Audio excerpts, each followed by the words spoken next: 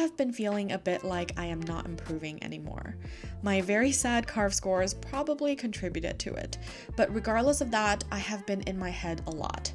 When I'm not skiing, I think about doing certain runs or rewatch some old footage, and I find myself feeling nervous, almost as if the person skiing in the footage wasn't me.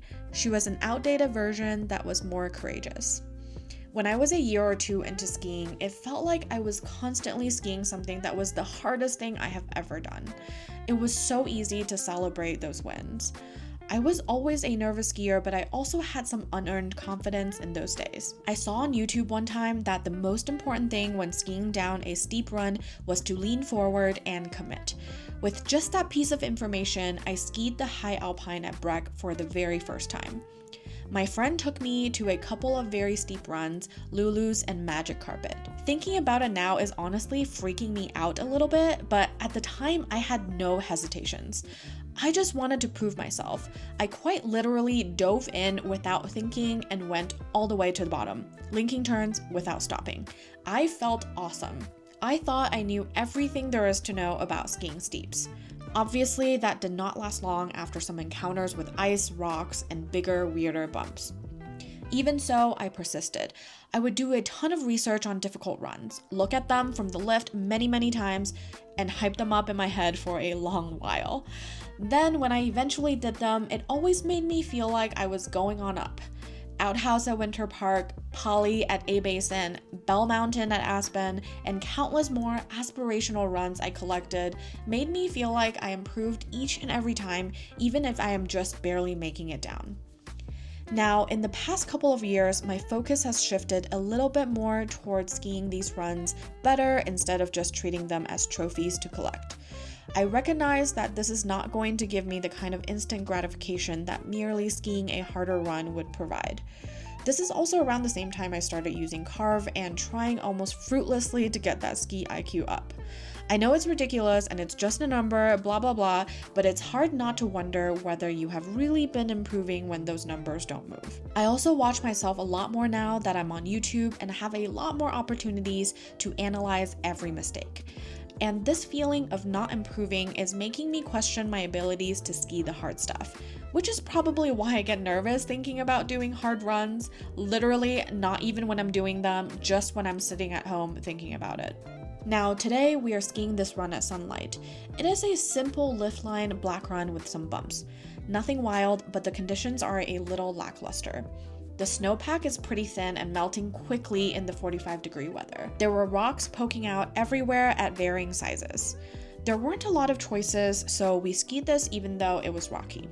I feel like I'm going down this relatively smoothly. Still a lot to work on for sure, but I suddenly realized that I was linking turns down this run with known obstacles and I wasn't even a little bit scared.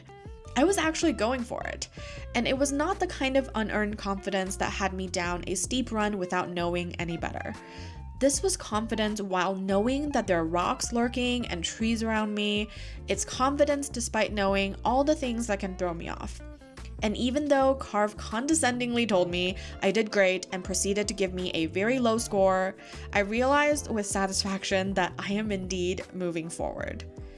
It might have taken me longer to come to this realization than something as simple as, I can ski double blacks now, but knowing that rocks don't scare me the same way anymore was way more rewarding. My trip to the remote ski areas in Colorado has put me in some pretty sketchy conditions so far, but it has also allowed me to challenge myself in different ways.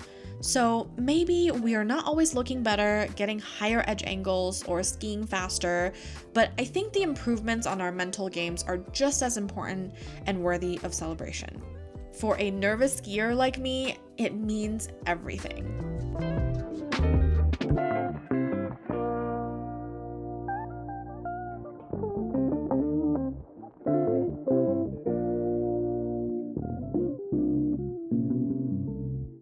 Hey guys, I hope you enjoyed that clip of me skiing, another one of my contributions to mid-skiing on the internet. I have been dealing with a personal issue in January, and all I could really manage to focus on was school. I found it really difficult to be creative and edit YouTube videos. I did still ski a bit, but not as much as I wanted to. But I am back, as you can see. Obviously, I was dealing with something and it's still kind of ongoing, but I have always found it really difficult to push out the content that I want to during peak ski season. It's just a lot to juggle my normal responsibilities like work and school on top of wanting to actually go ski and film and all of that.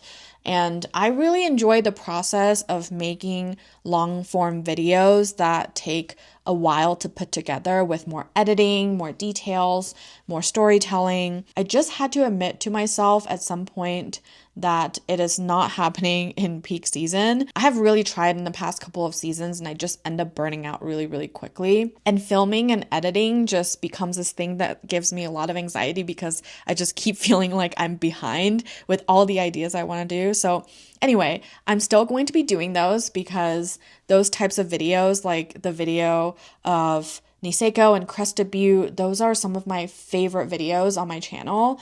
And I'm going to be doing them, just not during peak season. I've been thinking about this a lot, and I do still want to share with you guys my thoughts and some of my skiing while the season is going on. So I'm going to try this newer format where I post a little more frequently. It's just going to be a smaller nugget of my ski day and what I am thinking. I do kind of enjoy making these videos, and I'm hoping to do more.